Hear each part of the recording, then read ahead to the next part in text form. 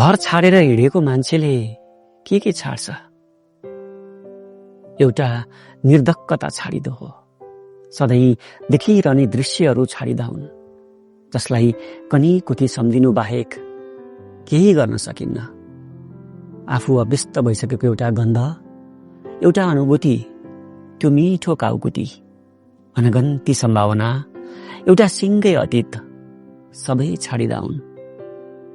यो सहर सम्झनाहरूको डिब्बामा कैद हुँदैछ। यहाँको धुलो, माटो, बेथिति, अनियमितता, बेरोजगारी, जेबाट दिक्क भएर भागे पनि मान्छे अन्ततः आफैलाई खोज्दै आइपुग्छ यही। मान्छेलाई फर्किनु त पर्छ जसरी पनि यही, भौतिक रूपमै होस् या स्मृति मार्फत।